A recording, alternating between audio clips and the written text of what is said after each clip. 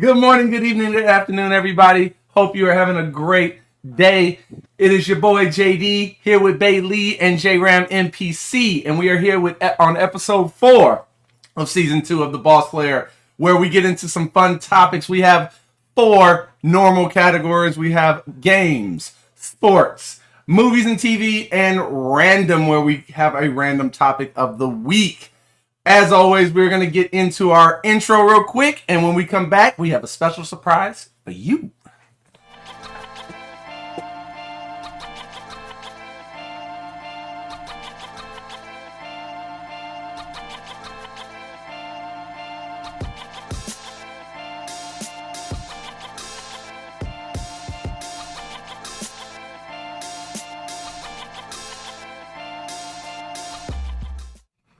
All right, welcome back.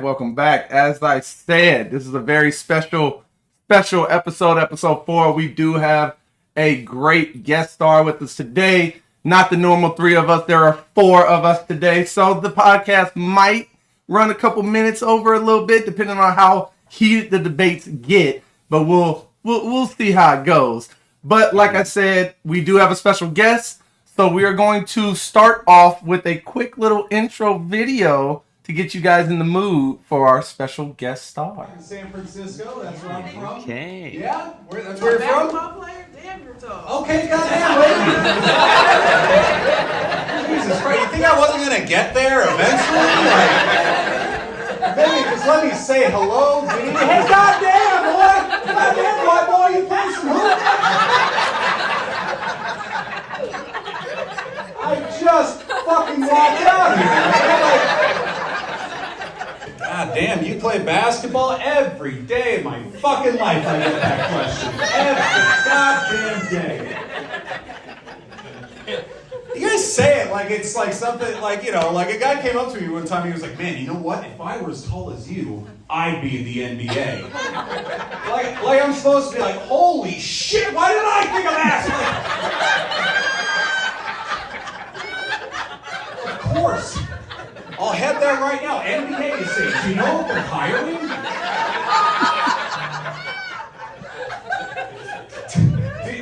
Do you know, ma'am, this one's for you. Do you know the minimum salary in the NBA? $950,000 a year. You don't think I checked into that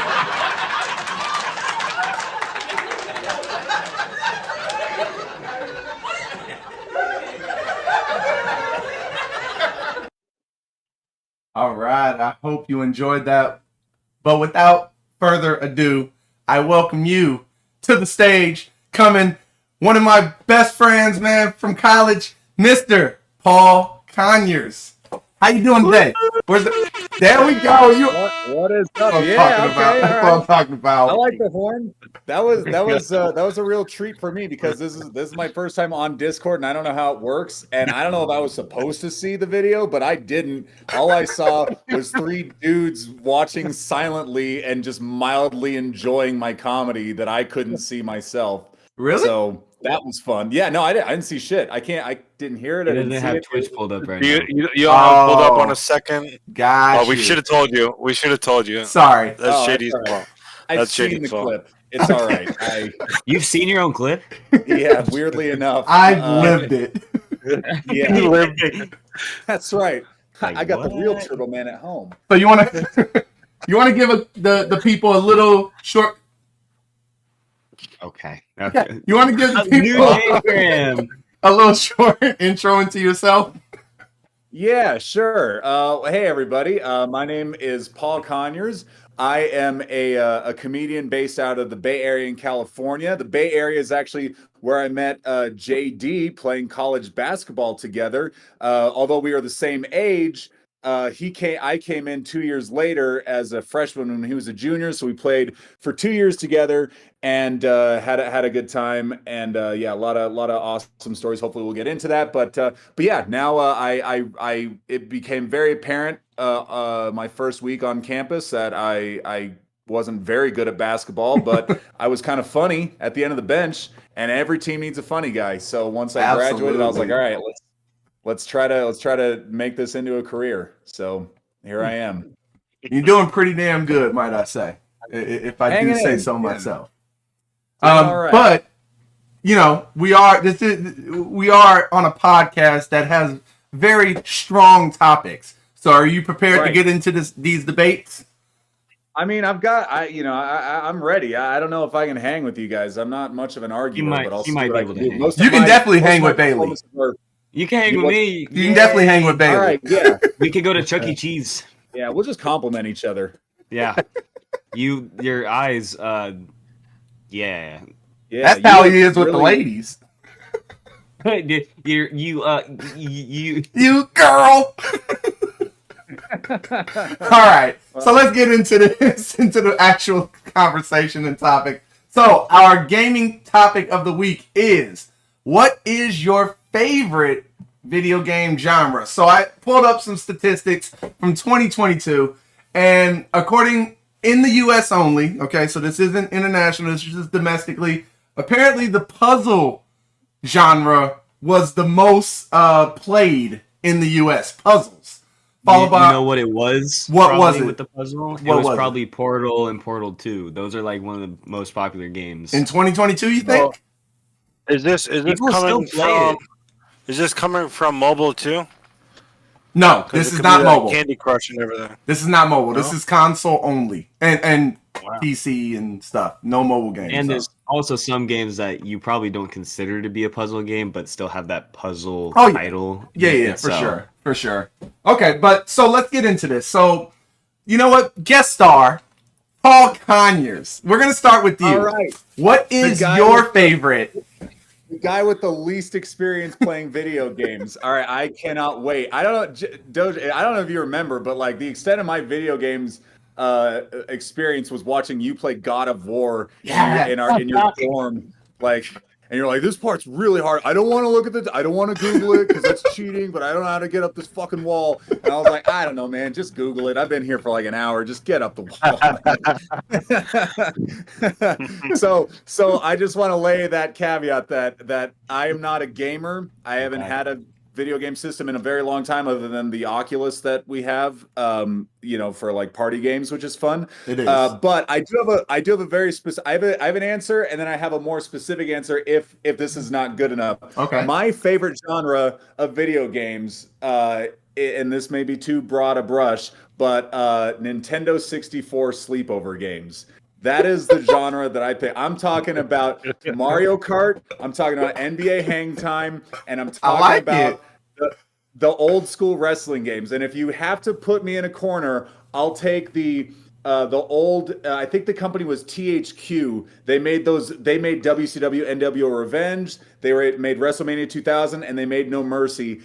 And man, I tell you what, those were the best games ever because, you get 4 controllers on the 64, you go to the 40-man Royal Rumble over the top rope, and you go random selection. You don't know you could get Stone Cold. Because again, this was the golden age of pro wrestling. So you could get Stone Cold, you could get Vince McMahon, you could also get a hoe. Because remember, Godfather had a hoe. Yeah. And sometimes you had to be a hoe, and it would just say hoe on the screen as she's running. You're like, I gotta fight great. Big Show as the fucking hoe. And your special's just a slap that does nothing. So yeah, no, we would like stay up all night playing Royal Rumbles with like all sorts of like we make up weird rules where you can't use weapons, or you can only use weapons or whatever. So yeah, that's gonna be mine. But I open the floor up to people that actually have played a video game system that doesn't require cartridges. It's interesting. It's interesting. I don't see N64 sleepover on this list, but I like that. I do like that genre. That's very specific. I like that. That's good. I like that. Bailey, what's up with you, man? What genre? You have something specific like Paul? PS2 sleepover. No. Bailey's getting wrong here, okay? You got to clean the discs, all right? You got to get the Windex. Yep. It's funny, like you said, I haven't really grown up or really played. You got that right. That man has never blown into a cartridge and hoped it worked. Well, technically, I had a DS. You know, you technically there's that Oh, no, same thing. cartridge kind of thing, not like that specifically, but whenever it was like wasn't working, I'd take it out, blow in the hole, and then put it in. It worked.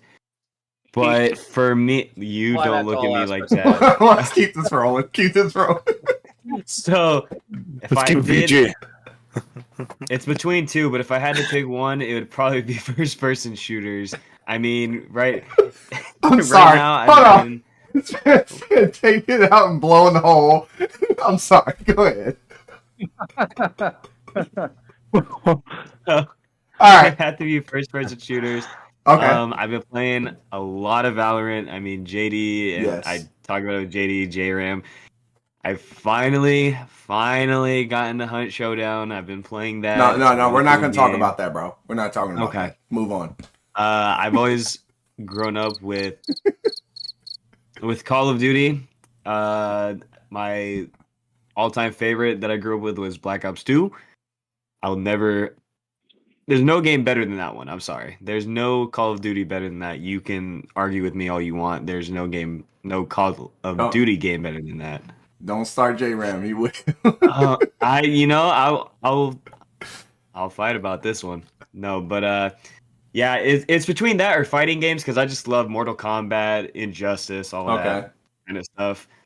So Okay. first-person shooters. That's fine. That's a good genre. I think a lot of people around your age, around that age bracket, would say that for real. To be honest. Yeah. Yeah. Well, we also grew up with Battlefield 2. Battlefield 4 was like. Does GoldenEye count as a first-person shooter? Yeah. Because I can contribute to this. Oh yeah. Okay. Yeah, Yes. That was another GoldenEye. sleepover. Oh man. yeah. that That's was Another was going- sleepover. that's some nights I was- right there. I was so fucking. That was what I was bad at video games, period, across the board, but especially GoldenEye. I was so bad, and we always played Golden Guns, where it's like just one shot kills you. And again, Yeah. you know, it gets like 3 a.m. You're like, man, what else can we do? So we would do like you can only like do the punch, so you'd have to sneak up on people. And you remember the sound effect every time you got hit. And then you just see the blood. Like, God, that was a hell of a slap. That was a good slap. Yeah. now we got like, now we got slap. slap competitions. So you know Mhm. we do. we do. We I'm do. over here trying to relate, be like, yeah. Yeah. What you know about first-person slappers? You New know, you genre. got me New there. genre. You got First person me there. slapper. All right, J Ram, where you at? What's your go to genre, if you will? Genre. So I know you're gonna expect me to pick first-person shooters, but I'm actually gonna go with RPGs. Don't expect me to expect you to expect. Okay. I know you expect me to expect you expecting that, so that's why I said I'm going with RPGs, a good old role-playing game. I love to get immersed into different roles and see what me and my buddies could do. You know, if I'm a healer and he's a tank, or vice versa, or going into Baldur's Gate is really great because it's a role-playing game. You're playing that specific role and trying to get through an objective by only doing what you're able to contribute to. That's one of my favorites. And then since it's on the list, I'm going to go secondary favorite is the simulation games. Everyone knows I love me a good old farming simulator, a little truck simulator. It's basically a game that you can sit down, don't even have to think about nothing, and do the job that you're doing. It's kind of like a role-playing game too. It kind of Yeah. is. If you What think the about it. appeal is like all that you're talking about, like Farmville and shit like that. A farming simulator or American truck driving simulator. Oh yeah, there's a game that I've been playing recently called Power Wash Simulator. You literally Yes. just clean houses and stuff. all day. It's what you think it is. Power wash simulator. You're power washing stuff. That's it. Like that's Your your. truck driving simulator. You're the That's the truck game. driver. It's just like a POV game of doing Yeah. jobs. But, but it's not just like you have to drive a truck. You have to like drive the truck, honk the horn if you need to, hit the right buttons to attach the truck, and same thing with the farming. You literally have to control the entirety of the farming. Yeah. He's been trying for a long time to get me to help him farm, and I said, "I'm not growing You your damn almost- carrots. Leave me alone." You almost did. You almost did one time.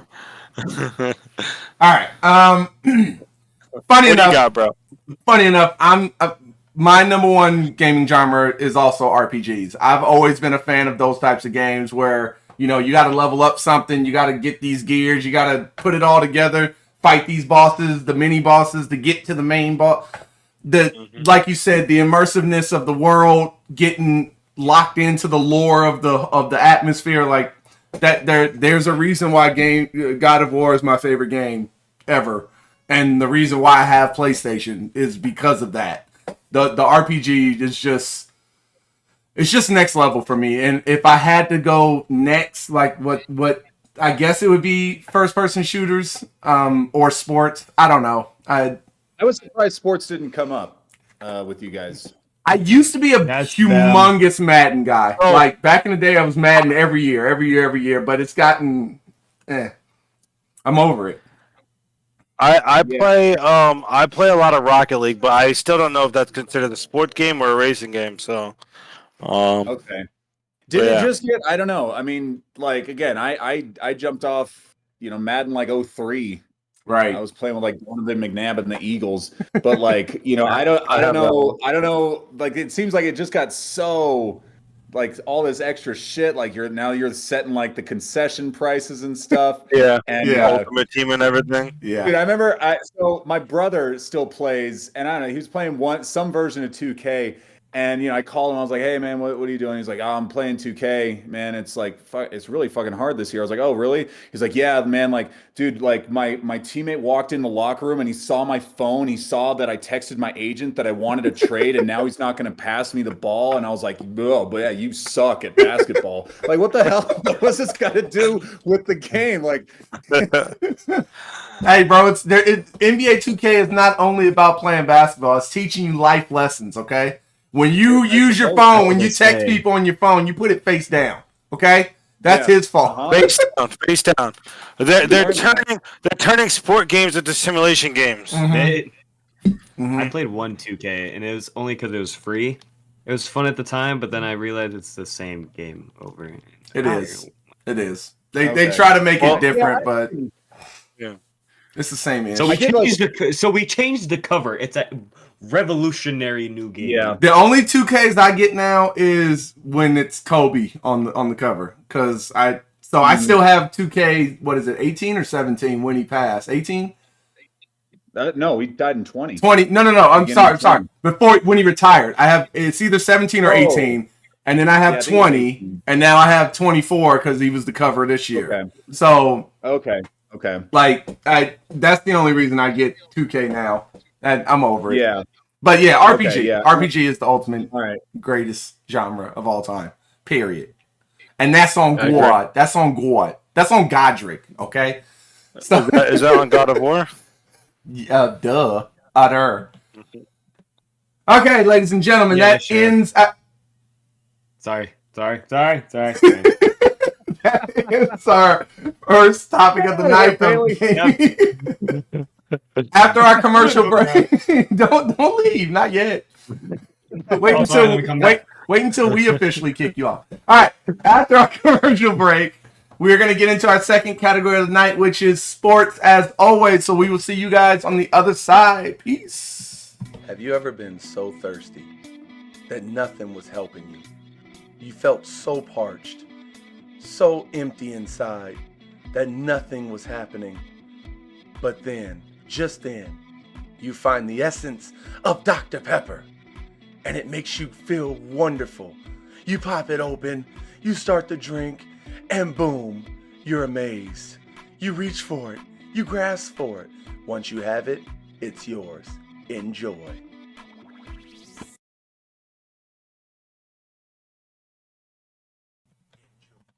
All right, welcome back.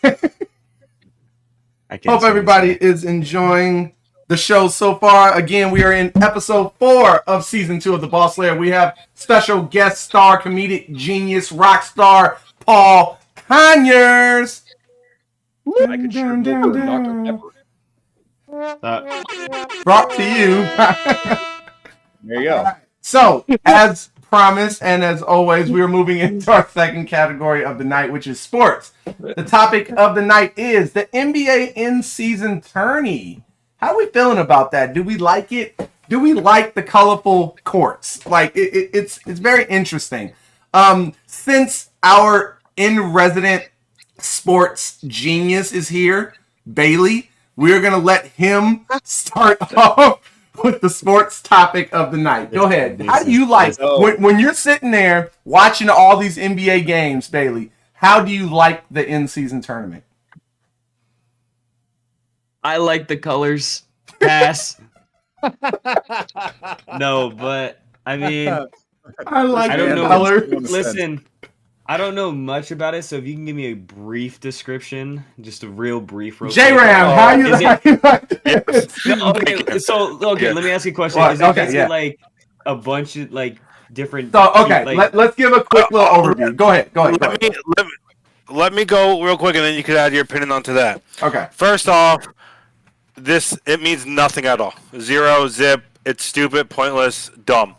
Now, basically, they have an in-season tournament to see who's the best person so far. However, that's what the finals are for, to see who the best team is out in the league. What they should have did was they should have made it how FIFA does their European cups. So if you're gonna make a in-season tournament, have other people invited. Don't just invite the NBA, because that doesn't mean anything. You're going to do the same thing later on and crown a champion later on in the season. Invite the G League. Invite Canadian League, G League, whatever they call. Invite European national leagues. Invite other leagues to play in this tournament. That's how FIFA does it. It gives eyes on the lower teams that people won't really notice or see. And sometimes, every now and again, there's an underdog that makes it pretty good high up there. But of course, the top leagues are going to be the one who wins out. And then, who knows, maybe in the future. Yeah. Before I forget, so I just want to ask you. So you would be okay if, let's say, Steph Curry, Jimmy Butler, since you're a Miami Heat fan, since one of them, you would be okay with them shattering their ACL, tearing an Achilles, playing a lesser team that's not from the NBA? I mean, I'm just asking. I'm just asking your opinion. You don't plan on it, but if these guys are going to play a tournament, they're going to get paid for a tournament. Make it a tournament. Don't make it just a normal NBA season game that you're classifying as a tournament. But a special. Yeah. So, but it's still, they were still activating it towards their season standings. Oh no. So I would say yes. Let them play against the lower ranked teams. See who comes out the winner. Maybe in the future, a lower ranked team might win this one day. Who knows? But you can't call it something more than what it's not. Okay. And the colors are whack. It looks like I'm playing freaking NBA 1888. Okay. I don't know. All right, Bailey, you heard what he had to say. What do you think now? So I also, did a little more research. So it's basically a knockout round to see, who's champion, I guess. Yes. Yeah. So At the end. I mean, it's the later kind of, part of it is. it's. I mean, it looks like a cool concept, but I mean, if it really doesn't mean anything, it's like you might as well. It sounds like it's just to make it go longer for more views. So here's the thing. I'm gonna jump in here real quick. Right. I would say I'm 80 to 85% on board with it. Are there things that can be improved? Of course. It's the first year they're doing it. It's the first time they're trying something. Of course, there's things you try it once, you see what you didn't like as an organization, what you did like, and you improve on it. The reason why I would say I'm majority okay with it, one, I do like the courts. They are a little bright for my liking. I think that they could have did something different. You could have splashed up the court a little bit without having the entire court be blue. Yeah, the Bulls hurt to look at. That red, that was tough. Now, if you want to on the court, hurts to look at, but the court itself it makes it even worse. If you want to throw splashes of red all over the place, like I think it would have been cool for the Bulls situation where if it looked like somebody was on the top of the rafters dropping drops of paint, like if you had splashes of red here and there, maybe that the entire court red, that was a little too much. But what I do like about it is it changes the dynamic of what the game is going, what the normal game is. So not only does it go off of win losses, they're adding in point totals. So how much you beat a team by. The Warriors got knocked out of the tournament, but there was I think it was when they played the Kings, right, Paul? That was when they lost. That was the But I think if they would have lost or won, I can't remember at the time, but if they would have lost or won by a certain amount of points, they still could have made the play-in tournament, even if it would have went the wrong way. So I thought that was a good concept. Like now you're including points rather than just, okay, we're up by 10 with a minute left, we can take everybody out. No, we need to win by 14 so we can still get the number 1 seed. Like I thought that makes it a little bit more like you got to play the stars the whole game. You can't just take them out and be like, we're done. Like the points matter. Yeah. So I think it made people play a little harder, in my opinion. And the fact that it was the first time, everybody wants to be all these, high level athletes want to be the first to do it. To be the Celtics, the Kings were the first in-season tournament champs. Yeah. So it's like, boom, we want to do this. But I liked it. I thought it was cool. What did they get for winning the whole tournament? It says 500,000 cash. 500,000 per person. It's a drop in the bucket of what they actually make, but it's cool though. Go ahead. But no, not for the guys at the end of the bench. That's true. So I'll jump in. I have mixed feelings about it. I think I'm like you, Doge, probably like 80% in on it. Truthfully, I didn't really care at all about it. My answer was I love the in-season tournament because the NBA insists I do. They were like, boy, the NBA in-season tournament is here, and you couldn't be more excited. We're certain of it. I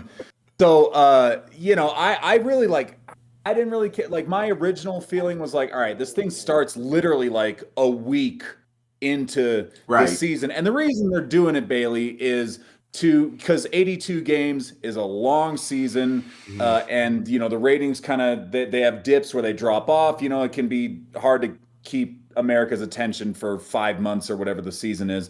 My thing was I'm a diehard Sacramento Kings fan. I didn't just jump on this bandwagon last year or some shit. All right, I've watched some horrible basketball over the last 17 years that we've been in this drought. But dude, I was still I watched most games anyway, but I was always watching a week in. There was still hope even when we were terrible. So I was like, why are we doing this right now? Why don't you do this kind of I don't know, in December or January when the picture's becoming a little more clear. Who's in and who's out. So it's those fans of Charlotte that aren't going to tune in well, we might win the in-season tournament. It's worth checking out that.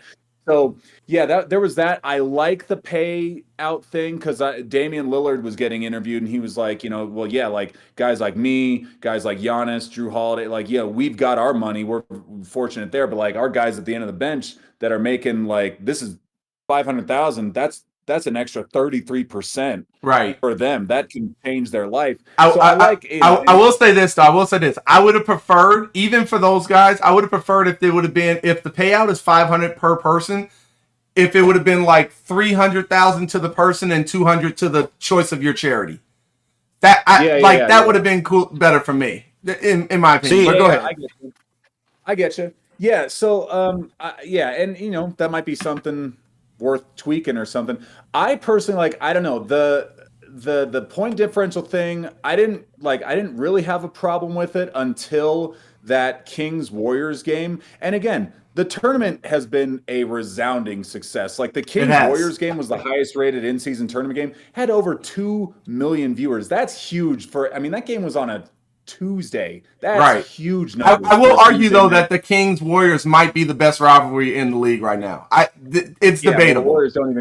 The Warriors don't even consider us a rival. So other than this last one in the in-season tournament, y'all have been good for a while, but the Warriors were the team that they just couldn't get by.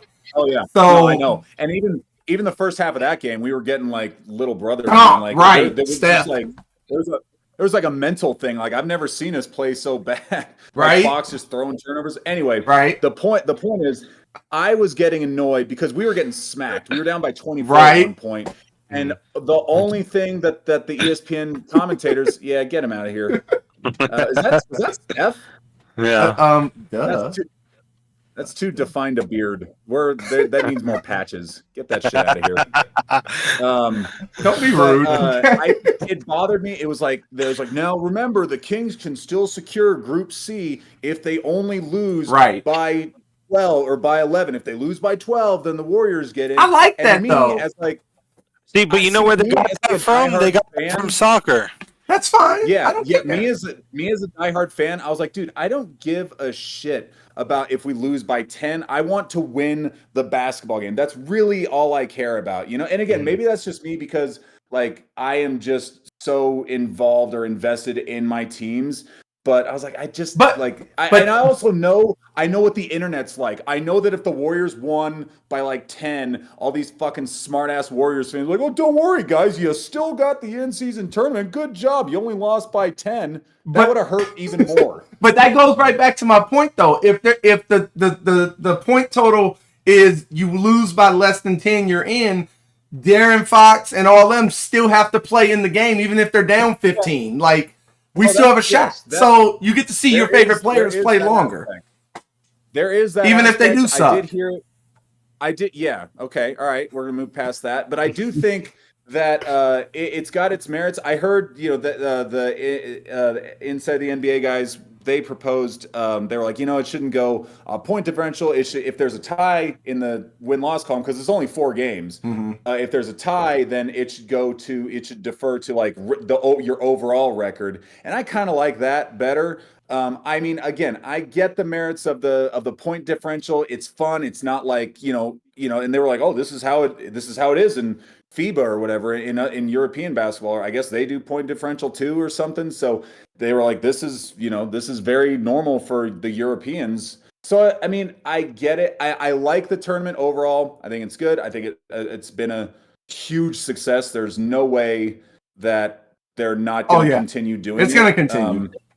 I think between the in-season tournament and the play-in, I mean, they have really they do deserve some credit for innovating and making it way more exciting for the bot, because the NBA's one of the biggest problems is they have legitimately 4 to 5 teams a year that could win the championship. Right. So what they've really had to try to do is figure out how do we get those teams that are like on the cusp, that really aren't they're not going to compete for a championship, but how do we get people interested and make them think like, hey, anything can happen if I can get that, So props to the NBA. It's great, very innovative on their part. I think Adam Silver has been one of the best commissioners. Like, dude, I think he's been hands down wonderful, in my opinion. I think I totally agree. I hate Goodell. I don't like the dude that runs baseball. Hate's a strong word. Hate's a strong word. All right, I dislike Goodell. I hate him. He's trying to get rid of Tush Push. I love that.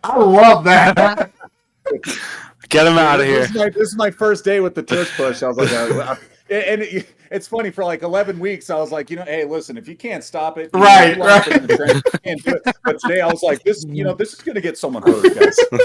He's over here tweeting the Tush Push. Yeah. Let's sign this petition.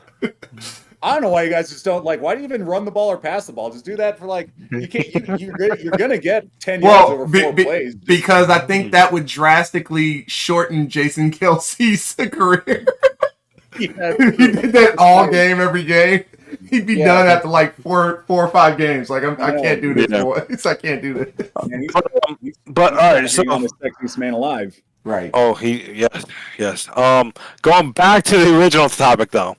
Everything you just said, Paul, I really agree with it. And adding fame and everything to it, that's why I'm saying if you invite the G League, the FIBA, everyone to play in the bracket, they could also get a name out there for himself, and then Yeah. who knows? Maybe a Okay. team will sign someone from a lesser known team, I- or like in FIFA where stars could go on loan to other teams, and then they show up in the tournament and be like, yeah, this is my team for this tournament. So guess what? I'm all them. I'm okay. Yeah. I'm okay with your inviting idea. The only thing is the G League. No, you cannot do that because Why? I'm about to tell you. That's the lesser league of the NBA, where guys are going to go all out to try to prove that they should already have been in the NBA. So you take a greater risk of someone of what we call in the adult league world a weekend warrior. You take the risk of someone that's like, I should have been in the NBA. Why am I in the G League? Of undercutting, hard fouling, doing something stupid because they're trying to prove that they should have been there. The G League, no, I don't think they should be in that in season thing. I have a compromise. I think this will make everyone happy. Okay. We let Charlotte play a G League team. Right? We let the Hornets or the Pistons play a G League. That's team. fair. That's fair. Let the Pistons, they didn't win in November. They went no-win November. So I think, let the Pistons play them. If the G League team wins, then it's like in the Euro League. Like they got to. I agree with that. I'm fine with that. They get to take their spot, and then the Pistons got to play in the G League. I'm fine with that. And that's what I'm saying. If you invite some of these leagues, you don't have to invite all of them. If you invite them, maybe that happens. Maybe you get a G League team that makes its NBA debut because they win the tournament. I don't know. It's just something. I think there's a high school all-star team that could probably beat the Pistons. I'm just saying, like the people are bred different. I think Bailey might be able to beat them. I wouldn't go that far. Look at Bailey's mustache. I wouldn't go that far. Wait, Bailey, is your hair parted in the center? Adam Morris mustache right there. Adam Morrison. Oh, that's a great. Oh, it's not parted in the center. It is. Yes, that's what it does. It's the part that does it for me. We need to pull up an Adam Morrison picture. Yeah. Doja, can I tell a real quick story that really doesn't have anything to do with anything except for Adam Morrison? Yeah. Because anytime I think of Adam Morrison, so Doja, we had a teammate from Poland named Jakob, and he was just hilarious. Just the way he talked just always made us laugh. And he was making fun of this other guy on our team, Kargas, and he said about how he has like no game. And he was telling us one time, he's like, have you ever heard Kargas try to hit on a girl? He's all he talks about basketball. He says, oh, did you know Adam Morrison had 28 points? I said, oh, Adam Morrison, so hot. JD, you know what that sounds like when he does that voice? Huh. Oh, we need to get the coconut. You don't know, Paul. We did an episode, and we were talking about coconut. This guy almost dying from choking on a coconut, and J-Ram is over here like, oh, we need to get the coconut. That's Bailey. That's not me, bro. You know what? That's not you, bro. That's not Bailey NCIS. That's probably what it happens. Let me get rid of that. There we go. Whoa. What? Why can't? Oh, it's not showing me. Can't get rid of the thing. That's him. That's him. All right. All right. Whoa. So the in-season tournament is a resounding yes from all of us. All right, moving on. Yeah, go with it. It's a definite maybe for me. Definite maybe. I like it. All right. So we are going to take a quick commercial break. When we come back, we are into our third category, movies and TV, and you will not want to miss this category with our special guest star, Paul Conyers. Out of things to do as you take another L? Are you looking for things to collect, but the cards just aren't cutting it? Well, as you think about it, pop a chip and think. Funko, Funko, Funko, Funko. The pops that will make you happy all the time.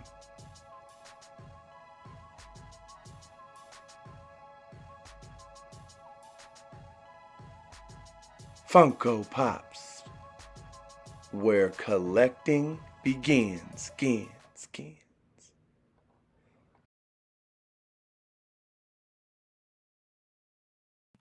Welcome back, everybody. Welcome. Welcome. Technical difficulties. All right. So, as promised, we are getting into our third category of the night: movies and TV. And this topic is going to be: what show needs another season?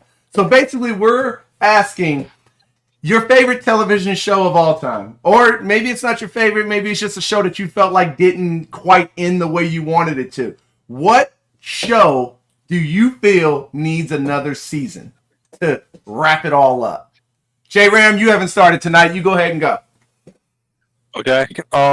Well, okay, go. Oh, I'm sorry. Oh, take your time. We're here all night. Yeah.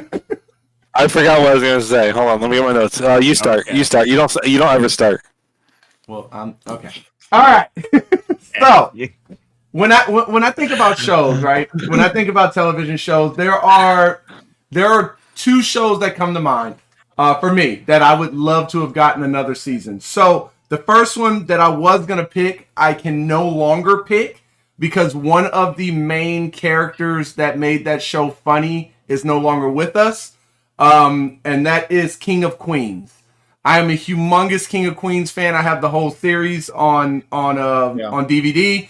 But the actor that plays Arthur, the dad, is no longer with us, and he was probably the number one comedic actor on that show. Like what he brought to that show was just it's unmatched. So I think I thought about, after thinking about it, if you had another season without him, I don't think it would quite work the same. So I switched gears and I went towards my favorite television show of all time, which is on the screen right now, Game of Thrones. So I think seasons 1 through 7, Game of Thrones is the greatest show of all time, hands down.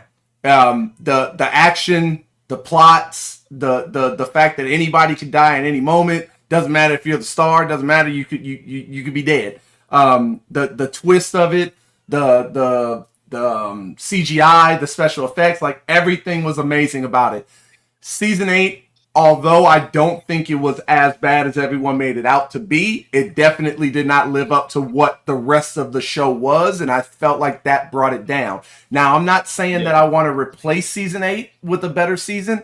I'm just saying I would like to see another season to build upon what they ended with, to hopefully get the sour taste out of everybody's mouth as to how the show ended.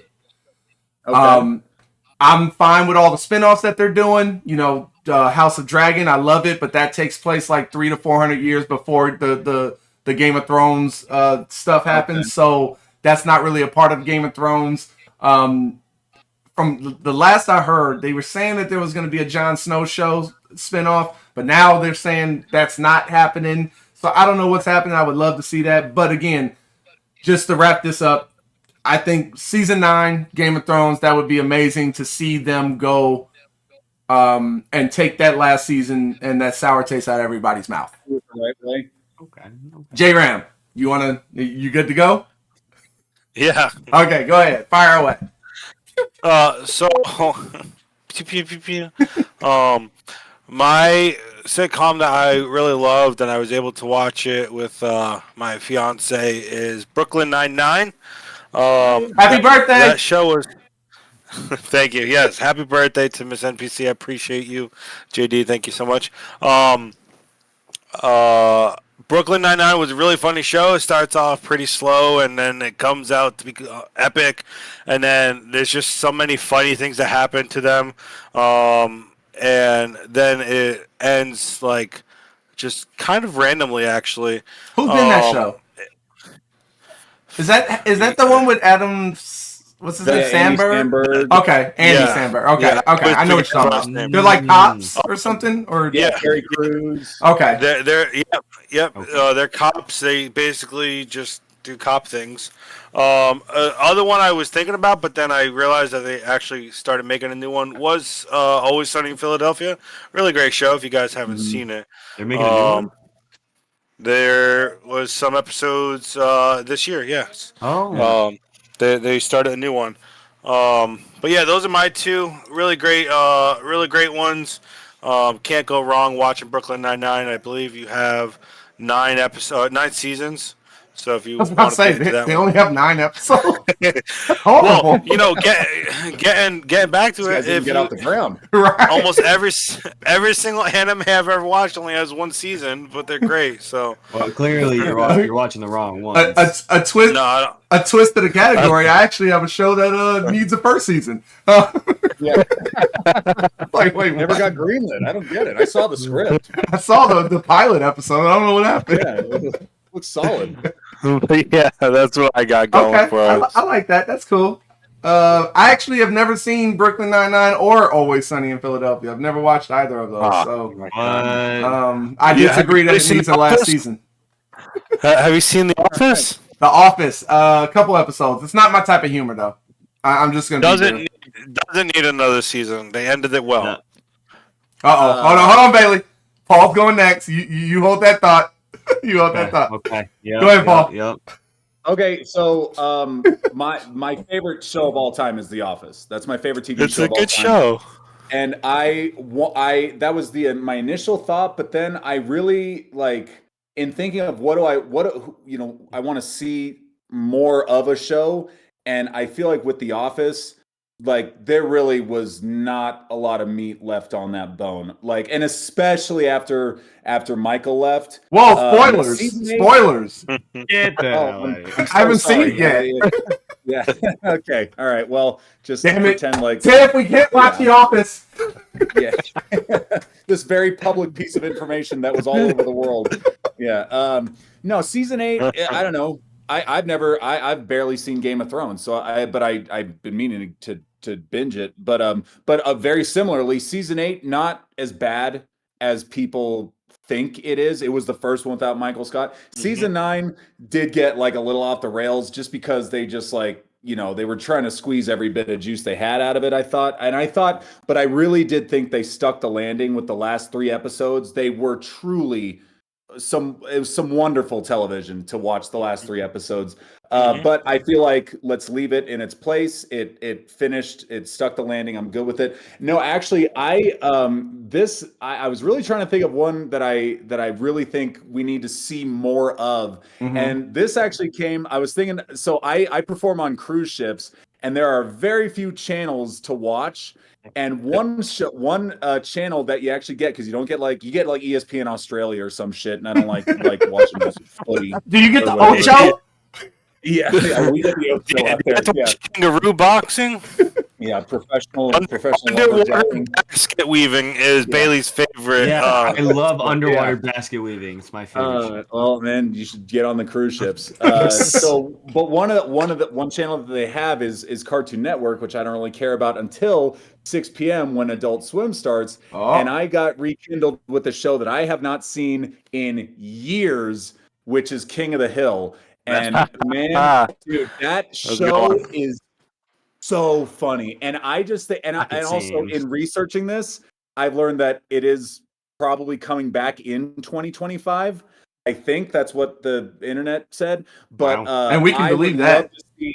I would love to see King of the Hill in, dealing with like now it's like, we've got the MAGAverse, and it's like Right. how does Hank reconcile all that? And I just think that would be so fun to see. So that would be mine. I'm also obsessed with The Last of Us, but I'm almost I know that they're getting a second season. But that's some of the best television I've ever seen in my life. And I don't know, I just bring that up because I know you guys are gamers, and Did you hear that it's postponed? The filming is postponed because Pedro, what's his name?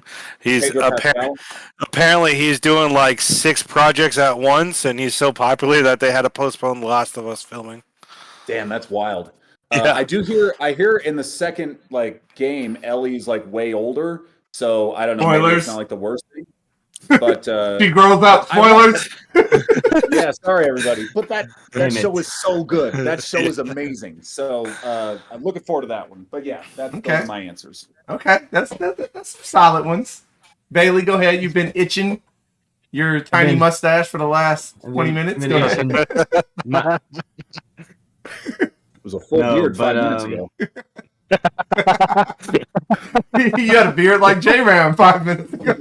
Whoa, ain't No. no one got a beard like that, bro. All right, go ahead. Watch What is it? If What I is it? had to pick a show, it's an animated show, kind of like King of the Hill. It would be Clone High. I think I told JD about this one that he should check it out. They This 15-year-old. ended Go ahead. with no. They had it back in 2002 or something, or no, 2003, because in the new season that they made 20 years later, it's supposed to be 20 years later, and they're like, oh, we're catching up on everything. They ended it on such a cliffhanger, and I was like, oh wow, and I go to see the new episode, and I'm like, what the fuck? Where's the new episode? So they definitely, for me, I want a second season of that. But with The Office, J-Ram, No. which is what I was going to get to. Paul I said think- it best. You can't make another one. What? Well, let's hear him say No, it second. okay, either way. Go ahead. Go ahead. Let's hear why. It's just, I think it ended amazing. Also, like, it was my favorite ending of all time. But I would kind of like just a short, another season of, like, how everybody's doing. Like, that where's Jim and Pam? Are they still together? Where's the new Stanley? Like, see, because Phyllis said she was trying to, fatten him up to make it just like the old Stanley. Like, where is everybody? Let's get a clip of Kelly Spoilers, and Ryan. bro. Where'd they go? No, so listen, I wouldn't be mad. I wouldn't be mad if they came out with like a Christmas Day special where they show There where you they go. now Yeah. type thing. But that's not considered a whole nother season. Like No. Listen, no, I no. haven't. And I'm not a big Office person. I said that already. But the way it sounds, the series ended where it should have. I think you leave it where it is because at that point, I believe it becomes selfish because you just want to see your favorite show.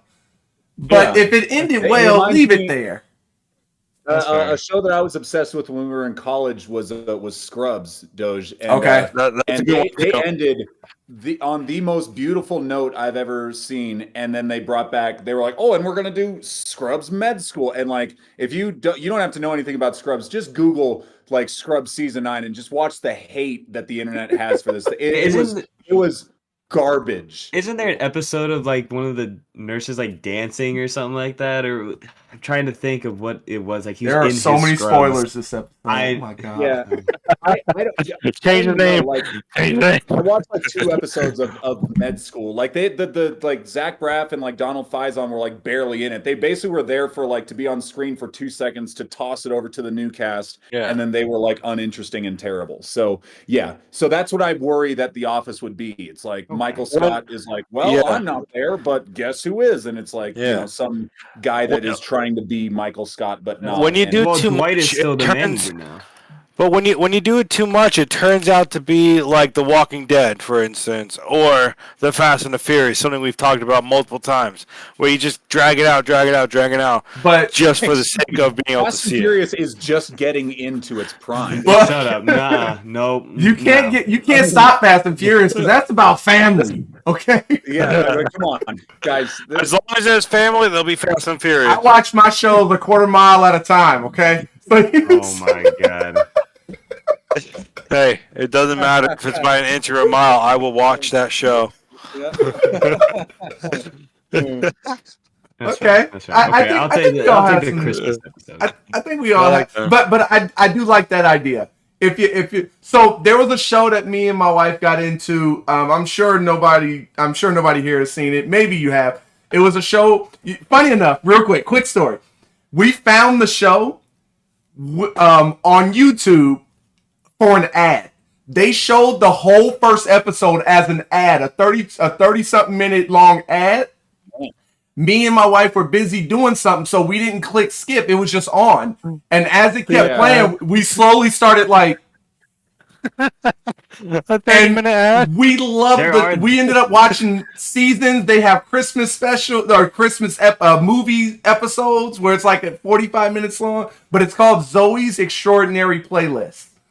And I've heard of it. it's a show about this girl who lives in San Francisco. She ends up having like an MRI or something where she had to go in the little tube thing. While she was in it, the doctor was listening to music while he was doing the test, and there was a big earthquake. And the earthquake shook so much stuff to where all the music in iTunes that he was listening, everything in iTunes got embedded into her like DNA type thing, to where as she's walking around, people just jump into song and dance and sing an entire number, and everybody joins in and starts. But the show basically, like, she goes through her entire life like trying to understand. People start singing their feelings to them, so to her. So she'll be talking with a friend, and the friend seems cool, but then he'll go into a number of a song, a real song that's like super emo and sad, and then after the person is done, she's like, "Are you okay? Like, is there really?" So it's a really touching show, and her dad is sick in the show to the like a sickness where he can't move, but she can still communicate with him when he goes into these musical things, and he tells her how he feels. Like, it's very deep. It's it's one of those shows where it came out with a Christmas movie after the series was over. And it was like, oh, shit, it's a Christmas show. This is cool. Yeah, okay. So I like that idea of bringing, maybe, like you said, The Office is done. The series is done. But maybe The Office Christmas special, and everybody comes back and you see what they're doing.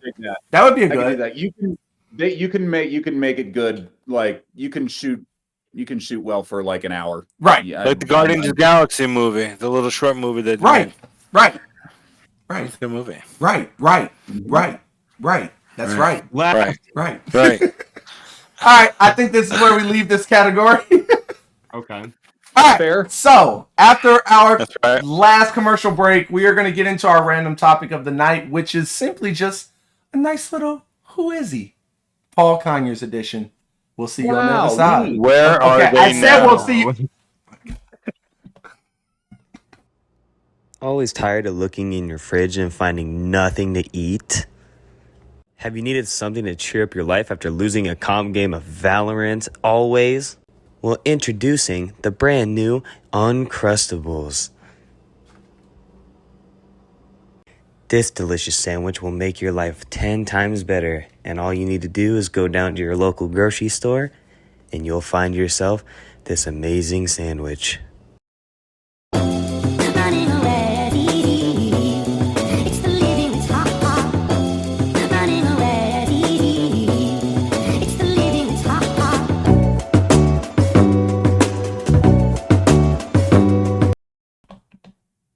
Welcome back, everybody.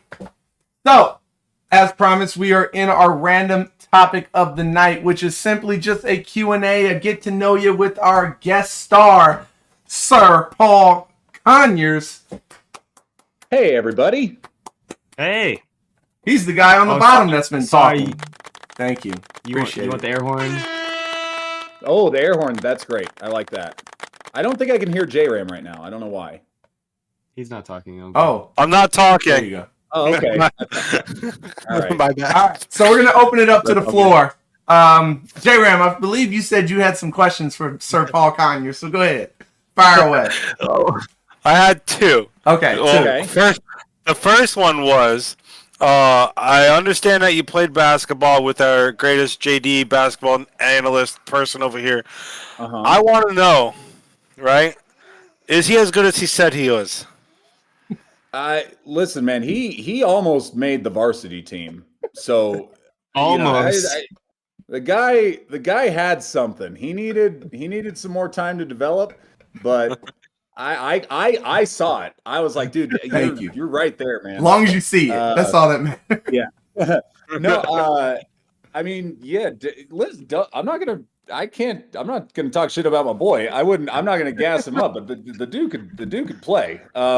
I do remember the first time we played a preseason game my freshman year. Remember we went to Los Medanos College out in Pittsburgh, and I was just kind of sitting on the bench with like everyone else who wasn't starting, and you had you had so many rebounds, and someone was like on the bench was like, God, it's like a magnet or something, because like you really did. You had a great feel for where the ball was going off the rim. I mean, if you could do nothing else, you could rebound, and you defended like a mother effer. I mean, you had to guard like 6'10" dudes when we had taller guys on the team.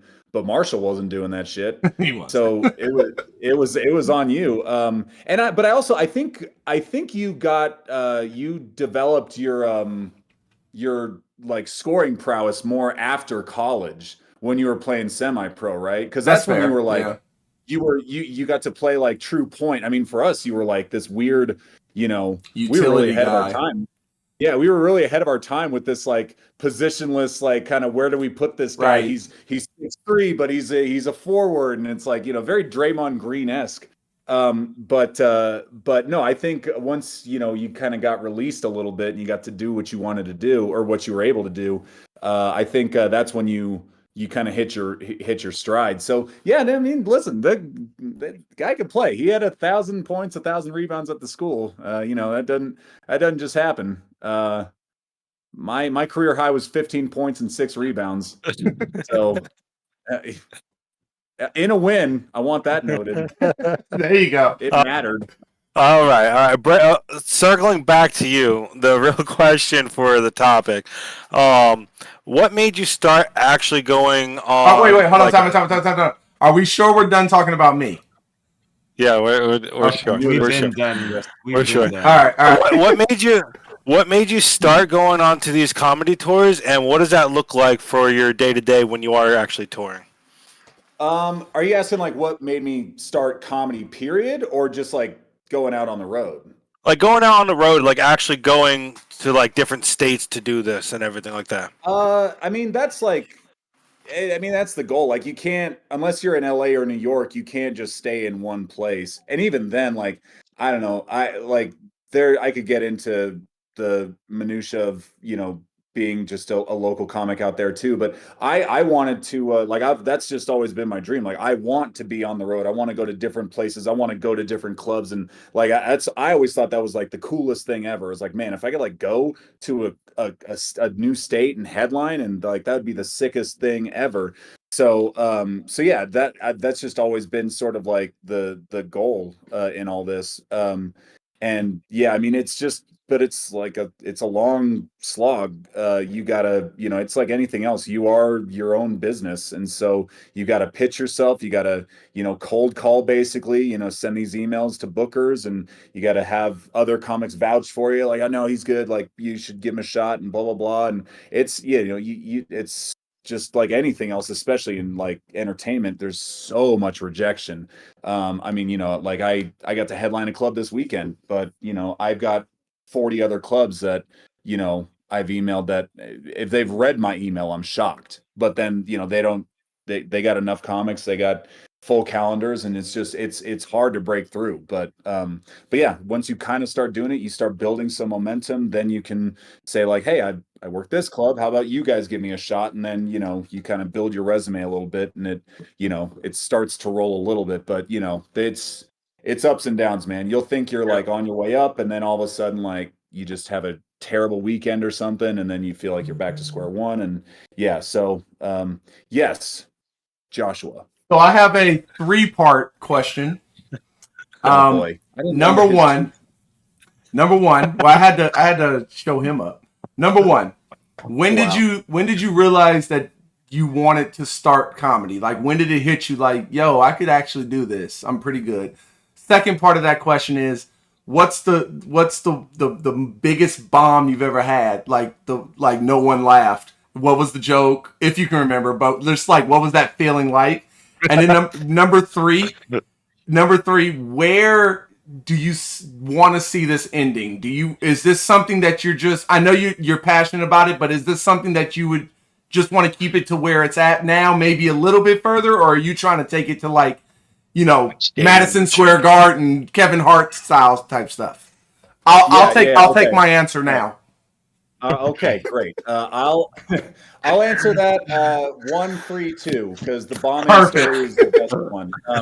So I mean, the first time I got a laugh on stage was in kindergarten at Show and Tell, when I brought remember those plush wrestling dolls from WWF back in the day? Like, Bailey doesn't, but I do. Hogan. I had a Hulk Hogan too. I used to beat them. Yeah. Okay. Oh yeah, dude. I remember, like, I was taking questions. They were like this, right? What's that? They were like this. Yeah. Yeah. I still have him. He's dirty as shit, but I still have picture him. picture doesn't count, or it's not real. He's in one of my reels. So yeah, he's there. But yeah, no, one of my classmates were like, "Do you ever fight him or do you beat him up?" And I was like, "Yeah, I go like this," and I like hit him down to the ground. The whole crowd laughed. I was like, "Oh shit, I'm gonna chase that feeling forever." So so yeah, and then I learned you can do it for a living, and so I wanted to try it. Yeah, I mean, I am gonna take this as far as I can. Like I don't have like I'll the TV and movie shit, like I'd do it. Like if I got a cool show like King of Queens or something like that, hell yeah, I'd take that in a heartbeat. But I don't really have a passion, I would say, for acting, or if I do, I haven't discovered it yet. Okay. So like I don't really need to be in any shows or any movies or anything. I just want to do like this is all I want to do. This is the goal. But yeah, I'd love to. Right now, I'm doing. I remember Bill Burr talking about his career, and he was like, yeah, he was like, for a long time, you have to do what I call killing in obscurity, which is you're going on the road and you're crushing and you're having, you're doing great, but nobody knows who you are, Right. and that's what it is for me right now. Like right now, if I'm headlining a club and I'm like, hey, full room, like I know it's not because of me. It's because people are there because they want to see a comedy show. It's more than likely because the club gave out free tickets, like things like that. I think, I mean, Okay. yeah, like when you get to the point where like you're gonna go to a place and people are coming because you're gonna be there, like they're there to see you, that's like the next step for sure. So and then yeah, from there, like yeah, if I could do theaters, I wouldn't say no to any of that. I want to do all of that. I just want to do stand up, man. That's all I've ever wanted to do. So that brings me to the worst bomb of my life. And this happened. So I got back into comedy in October of 2016. So I've been at it for like really for a little over 7 years at this point. But I started right out of college after I graduated in 2010. I went to this local showcase thing. I signed up. Like I had a bunch of like screaming drunk friends that like came to the show, and like I had a great set. It's actually still on YouTube, weirdly enough. But from like 2010, and had a great set. I thought it was great, but like I had so many friends that were there that were supporting me, so it was like it was kind of like playing on steroids. And Okay. so, but I thought, I was like, man, I'm like God's gift to comedy. This is going to be the greatest thing ever. And so I was like, so you suckers at the top. And I had this friend of a friend that knew this comedian, amazing comic. He hasn't blown up totally nationally, but he is a very big name in comedy now. His name is Kabir Singh. He was Oh, a okay. semifinalist. I've Yeah, heard he was a that. semifinalist on AGT last year or a couple of years ago. He's done some really cool projects. He was on Gabriel Iglesias' show on Comedy Central. Actually wrote an episode for Family Guy, and Oh, truly wow. one of my Yeah, best I like know him. friends and like one of my best mentors in comedy. He never Okay. met me before, but like his friend of a friend was like, I know Kabir Singh. I'm gonna get you on his show. Made a phone call. Kabir's super nice, and he's like, yeah, whatever, yeah, I'll put him on. It was this big show at the San Jose Improv, biggest club we have in the Bay Area as far in terms of just size. Seats like 500 people. So Wow. I was like, man, this is so easy. I did one show and I'm gonna get on the San Jose Improv. This is so cool. And so I just did like everything wrong that I could do between that first show and the improv I did. Like I didn't go to any open mics to like work on the jokes. In fact, I wrote all new jokes because I was like, I'm done with those jokes. I already did them once. Like I'm fucking Louis C.K. or something. And so I just wrote a totally new untested act and I brought it to the improv, and like it was a huge show. It was actually, so it was Kabir and another mentor of mine who's also he's been on Netflix. He's got a show on Netflix and he's awesome. His name is Samuel Bade. But these guys are like, of Middle Eastern descent, and they were starting this is the kickoff night of their outsourced comedy tour. So it's mostly Indian and Latino comics, and they gave me a spot. I don't know why, but anyway, 6'8" so the white guy. crowd is like, yeah, the crowd is like mostly Indian and Latino and stuff, and then like the whole lineup is like Indian and Latino, and then it's me. And man, I got there, and I don't know like if you've ever had this feeling of like as soon as you get somewhere, you're like, this is gonna be bad. Like Yeah. as soon as I got there, I was like, this is going to go really badly, you know. And then it hit me. I was like, I should have prepared. I should have like written more jokes. I should have gone to open mics to practice. And so I just went into the green room and I was just fucking panicking. I was like writing my set out like verbatim, trying to commit it to memory. But I was like, oh, I did the first one. I was kind of loosey goosey. I'll just do it with this. I was like, no, that ain't gonna work. I gotta figure this out. And so I'm like shitting bricks before the show. And it just happened to be, this is October of 2010. It was game 2 of the World Series where the Giants were playing the Rangers, and they were on the cusp of winning their first World Series since moving to San Francisco. The whole city is like in a huge Giants uproar, or the whole Bay Area. So, and also my now wife, then girlfriend, she came to this show. She didn't come to the first show because I was like, I don't want you to go if I'm bad. I don't want you to go. Right. So then I was like, honey, I'm great. You bring all of our real friends to this one. So Dozier, Pappy was there. Pappy was there with his now wife. My wife, some like the volleyball girls that she was playing with. So like my real friends. And I'm just backstage, just panicking. I was like, I know this is going to go bad. Like, I know this is going to go bad.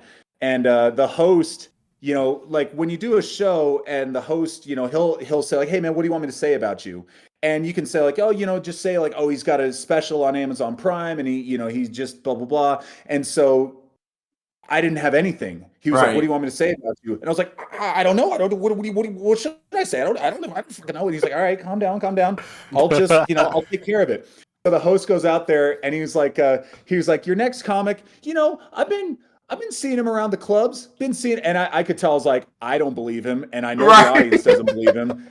And so, dude, I go out there, and I think my first joke, I was like, fuck the Rangers, which was like a cheap like pop, trying to get like they're playing claps, like, right? Of course yeah, everyone's gonna cheer. They don't know what's coming. I start this. I do this bit about how boring baseball is, which like might work in another time, but like literally pick the time where like this is the most everybody's fired up about it. Yeah, ever been about baseball, and it's also just a bad bit. It's not funny, so it's going really bad. And at one point, about a few minutes set, it's a corded mic. I step on the mic and I unplug it from the microphone. Oh my God! Everybody is just silent now. You guys are all, I don't know if you've ever plugged in a microphone. Yeah. But it's incredibly simple. You line up the 3 prongs, you push the button, you push it in, easy.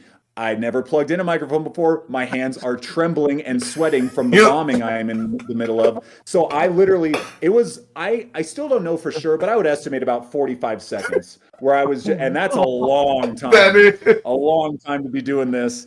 And, nobody came on stage to help? No.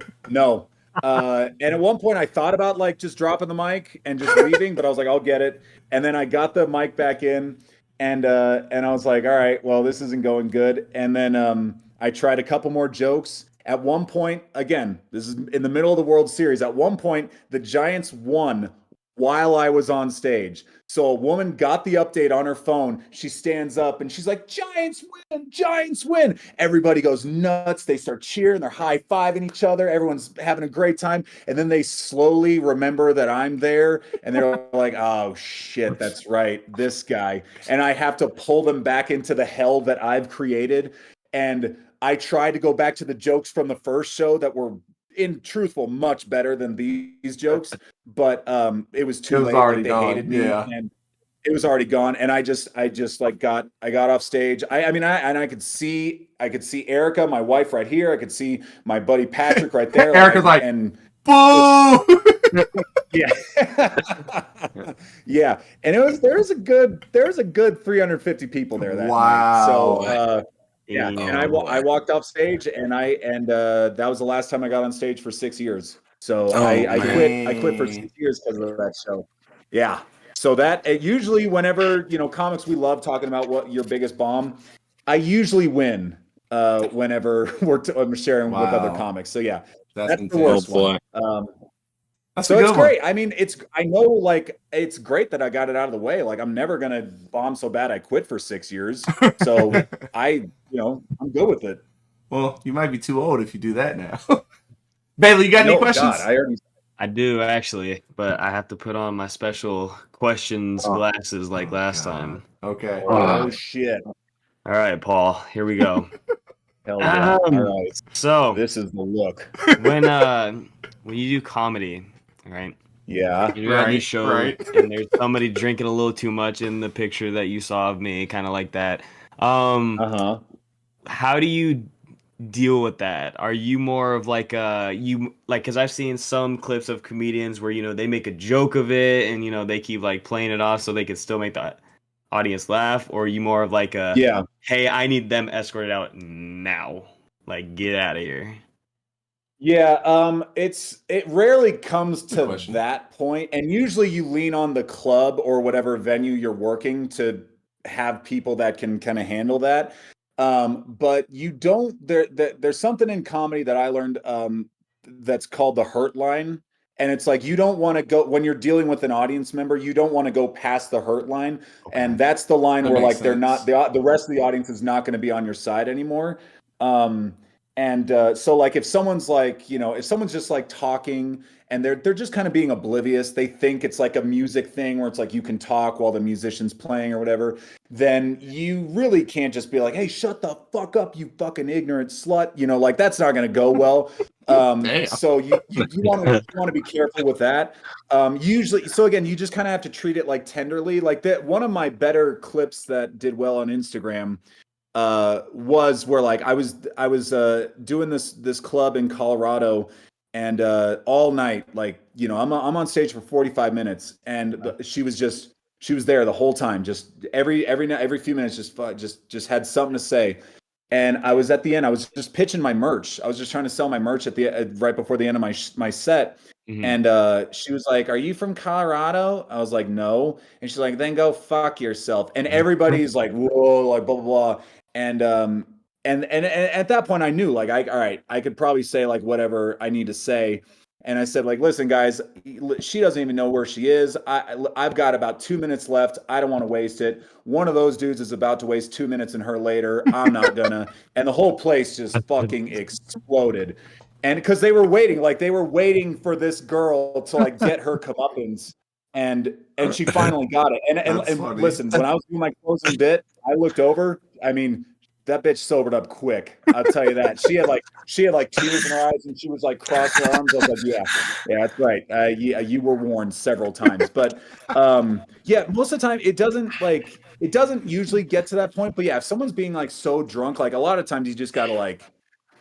get them out of there. Like I remember, yeah, I guess in earlier this year I was in Arizona again at this other club, and this guy, I don't know, he was just being super loud. I couldn't even make out what he was saying, and I was just in the middle of my bit, and I just heard him a couple times, and I kind of let it go, and he finally said one thing, and I was like, I don't know who that is back there, but shut the fuck up. And everybody like cheered.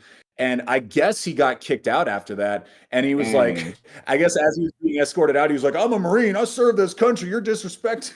I was like, "Oh shit. I didn't know he was a Marine. Probably would have used softer language." Right. Serve us all by shutting the fuck up. Thank you. Yeah. Okay. Yeah. I'm telling Anyway, reality. yeah. You just Right. want to treat it tenderly. There's different levels, So we have about we're about 20 minutes over, but Yeah. we got 5 minutes left. We'll do 5 more minutes. I have one more question. So I see nowadays with a lot of comedians that there's a lot more than before in the past. There's a lot more crowd interaction where the crowd is saying something, they're talking back, and there's even some comedians now where I feel like almost their entire set is just going off the crowd. So my question is, Yeah. when you go into getting ready for a show, a set, or whatever, and let's say your show is going to be 30 minutes long, do you Yeah. write, like, I don't know how many jokes or whatever, but do you leave an amount of time there because you know there's going to be some interaction, or do you just write 30 minutes of product, and then if you don't get to something, it's fine, but you at least have it ready? Like, how do you Yeah, go that's about doing it? That's more or less it. Like I'll go up and I'll have like a set list that I want to do. I am not really like a crowd work comic. Like I just don't need it in my Okay. act. You're that damn good. I got you. Yeah, He's that yeah, guy. exactly. Like I'm a writer, like I write, I'm so him. yeah, I'm him. So yeah, I don't like look for it, but there are certain moments in my act where I'll say like, oh, like where are the couples at? Okay, how long you guys been together? And sometimes I'll ask how you met or something like that. Yeah, but then like I don't need a funny answer. Like I'll just say Right. like maybe one thing, and then I'll go into like, yeah, so I'm married and blah blah blah, and then I'll go into my shit. But and sometimes someone will like say something, and you can kind of play off that, and that's fine. I don't do what you see a lot on Instagram and TikTok, which is just going fishing. I Right. mean, you get like there are guys that have like more followers than I'm ever gonna have, and they get to headline clubs and theaters and stuff because their clips have blown up, but like you just like if you watch their show, it's literally just them going from person to person to person. What do you do? Where'd you guys meet? Right. How are you guys? You guys fucking blah blah blah. Like it's just trying to get something, and it's like it really kind of like the quality of the show suffers, but they're looking for that one 30 I, to 90-second clip that's going to blow up because like right. you watch a hilarious clip like that, you don't know that the other 40 minutes was dog shit. Right. Yeah. So it's honestly like there's a lot of comics that have very negative opinions toward that kind of stuff. I'm kind of like I get it. I just like it's not great if that's all you do. But yeah, like because it's hurting the clubs honestly Right. because you go see like you see, oh, Paul Conyers had this amazing clip. I'm gonna go see him, and that was hilarious. And then you go and like you realize I really don't have much of an act, but I know I can. The club knows, hey, this guy got 2 million followers on Right. TikTok. He's gonna sell the room out, and then like everyone's like leaving like halfway through, like, yeah, all right, that wasn't. Like, what the fuck was that? Now, not only did you lose them for that night, they ain't coming back to the club because that's Mm-hmm. what they think comedy is. So fortunately, it sounds like bookers, especially like out in the Midwest at like all the B and C clubs that I mostly work, are getting wise to that. And they're like, all right, just because we could sell out the room once, but that's a whole bunch of people that are never coming back again. Right. I'd rather sell out 70% of the room for a guy that is going to crush, and then those 70% of people are actually going to come back. That's fair. Okay. I feel Yeah. like that type of comedy where they really play off the crowd, I feel like it's really like a home run or strikeout situation. There's no like there's no doubles, Yeah. there's no triple. It's Yeah. just you're either gonna hit big or it's gonna be terrible. Yeah, So right. And I mean, and honestly, some guys are good enough that like it's gonna be a good set pretty much every time. Like I was just working this weekend with the guy that went up right before me. That's all he does. He was like, I just do crowd work at this show. Is that all right? I was like, I don't give a shit, man. You do whatever you want. I knew him from like years ago back in the Bay before he moved out to Arizona. So I was fine with it. But yeah, yeah, I don't mind it. I mean, crowd work it's got its place, but I think for the most part, unless that's what you do, it should right. be, it should be a weapon. It shouldn't be your whole arsenal. You know what I mean? Good job. I like that. I like that. I like that. Well, okay. All right. Take Just away got the whole Paul arsenal, Conyers. huh? Okay.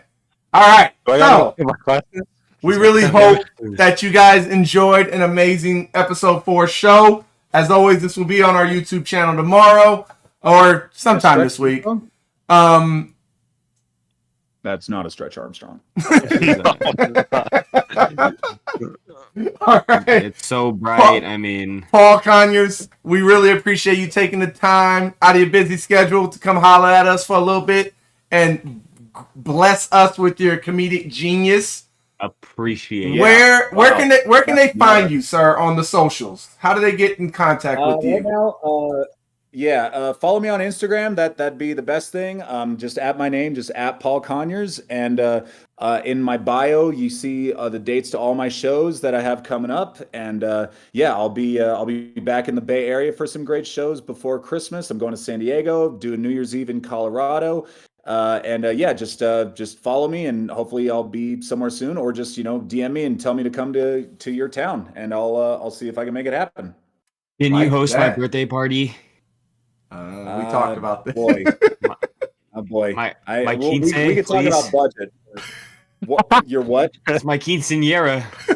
Oh, okay. All right. Please. All right. And when you fill up the rest of that mustache, I think you'll be ready for that quinceanera. Oh shit. Yes. Talk about crowd. Talk about crowd work. I can't Yeah, win. see, there you go. Bailey, where can they find you? All right, they can find me at Bailey That One Guy. Oh, don't sound so sad. TikTok, Twitch, and X. X has an underscore at the end though. J-Ran, what about you? Where can they find you, man? You know, they can find me anywhere by typing in the @ JRAM NPC, except for Instagram. I got a little underscore on that bad boy. Where can they find you, JD? You can find me on the gram, X, Talk, and Twitch, all JD the Gamer 86, except on the Talk, I do have some underscores. And as always, the Boss Lair is everywhere that you can find us at, all over the place, everywhere at once. Except on Talk, we do have some periods in between there. Like I said, YouTube will be uploaded sometime this week, hopefully tomorrow, maybe Tuesday. We will have some amazing clips of this episode on TikTok this week, at least 2, maybe 3. Hey, get on it, J-Ram. And this has been a fun episode. I enjoyed this. Once again, Sir awesome. Paul, Thanks for having me, guys. thank you for blessing us with your presence. I wish you nothing but the best over your next few shows. Not few, the rest of shows in life. Just a few, okay. All right. Just the next 2, And then just the next 2. He hopes you went good, and then another 6 years later. Full Then San you Jose freaking improv face again. plant. Yeah. Oh God. Go kick the mic cord out again, you fucking spaz. All right.